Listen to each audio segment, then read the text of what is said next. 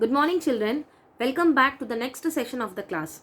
So, today I am here to discuss the question and answers that we have learned in this lesson, forest using and protecting. So, here are some question and answers that I am going to read and explain the question as well as the way you can write these answers. Okay. So, let's see the first question. So, do you agree with the following statements?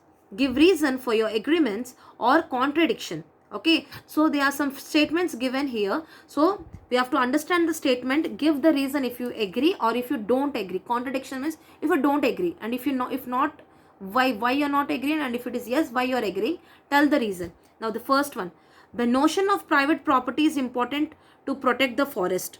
Okay, the notion of the private property is important to protect the forest. So here what happens is, what they gave is, I agree with the statement. If the tribals were sent out of their homes, the forest,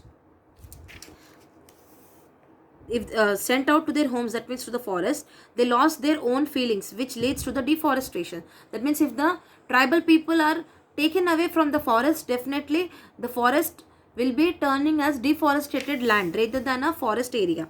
Next, second statement, all forests need to be protected by human beings. Yes, definitely yes, every human being have to respect, every human being has to protect the forest here. Okay, the third statement, over the centuries most people living on the earth have reduced their dependence on the forest by livelihood. Yes, I agree with this. Many other people like employment, business opportunities were created on the earth. So see, if it is an early people, early life people, what happened is their life was different. That means completely on the forest they used to depend. But now the situation has all changed.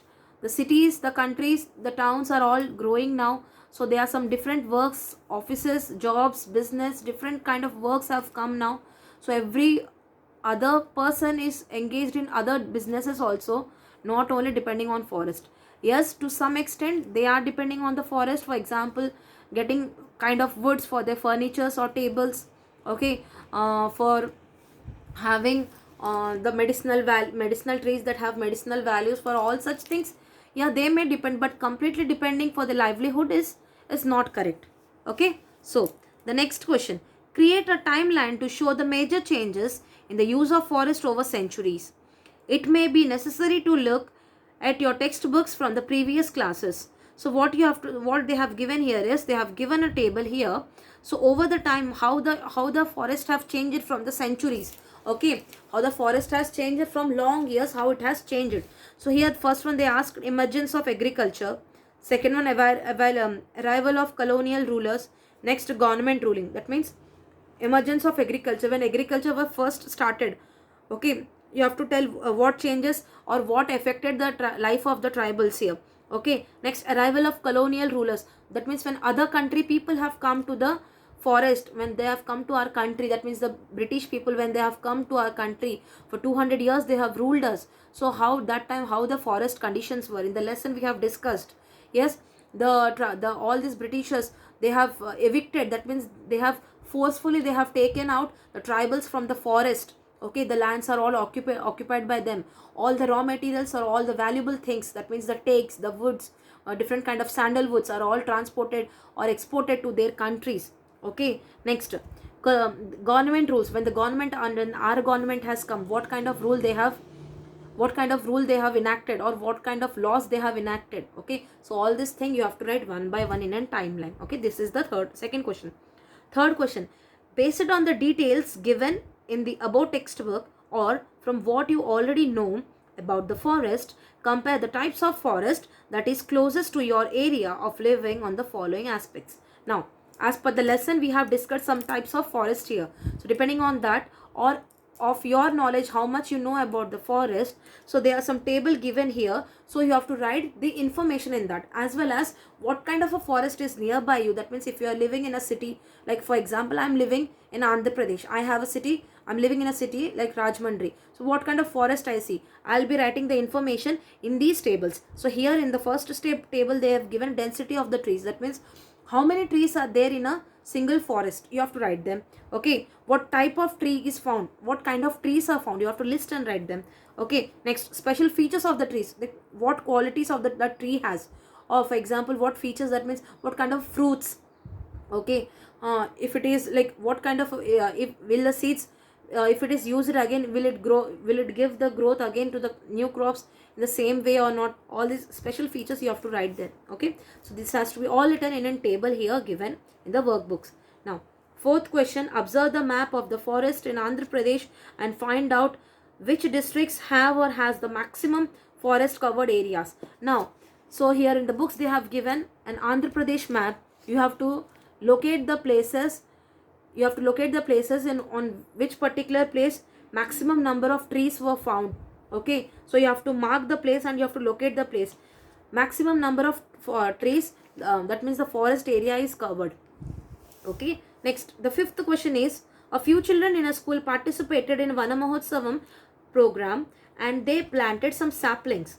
How do you respond to this? Saplings are nothing but small plants, okay, with small roots, small plant. Okay, so it is given that few children from the school has participated in Vana Mahotsavam. So here what they have done is they have planted some new plants here. So what you are going to do after listening to this?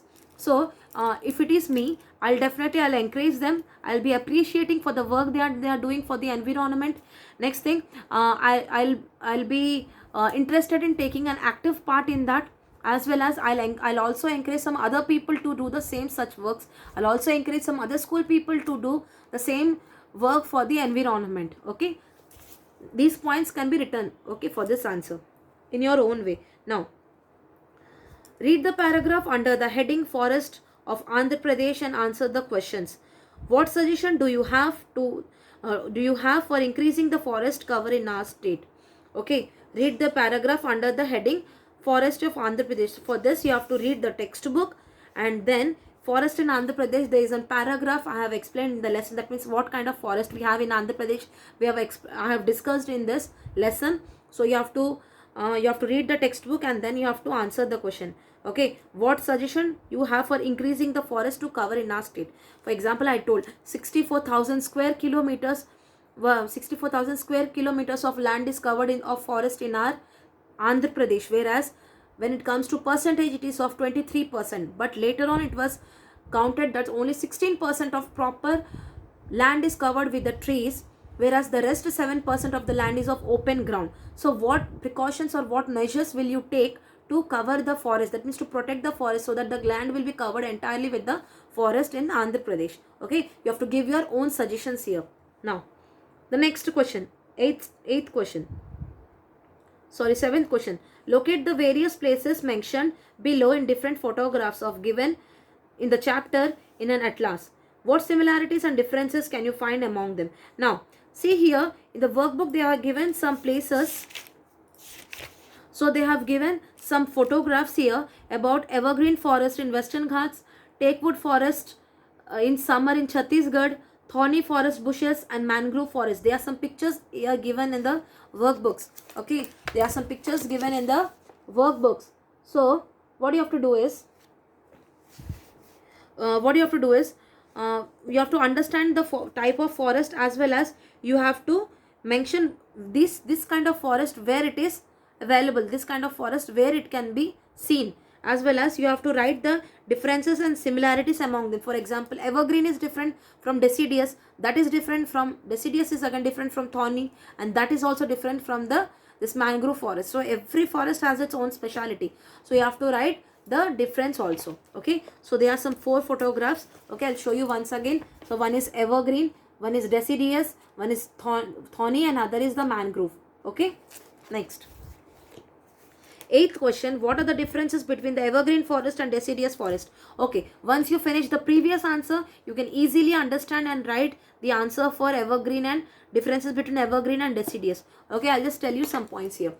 Evergreen, that means ever, throughout the year, every time it is green in color. The leaves are always green in color. These leaves do not shred. If they shred also, they will be in green in color rather than turning brown in color.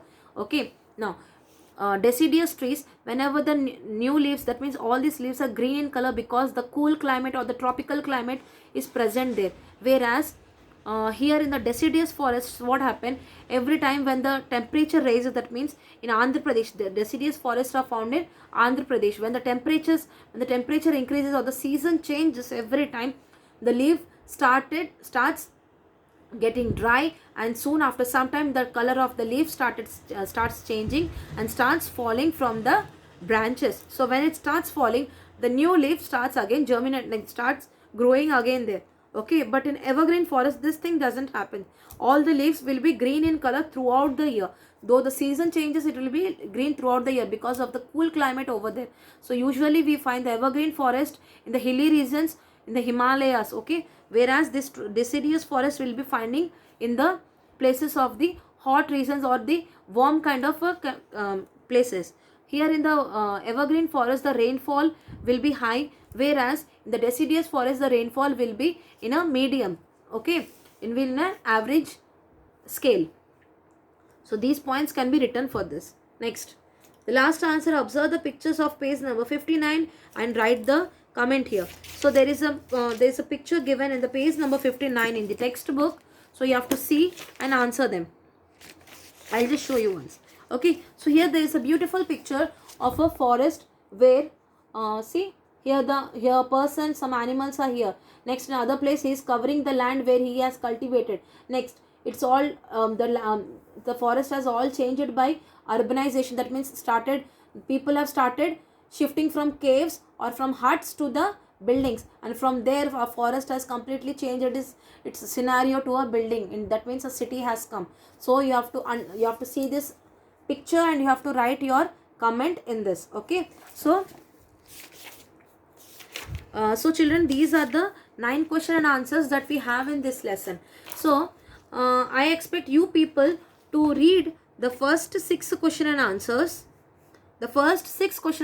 in this session, and the other questions has to be read in the next class. Okay, so for any more doubts and queries, ask immediately, and in the next session we'll be meeting with the other we'll be reading the other question and answers, and we'll meet up in the next class. Till then, bye children. Thank you.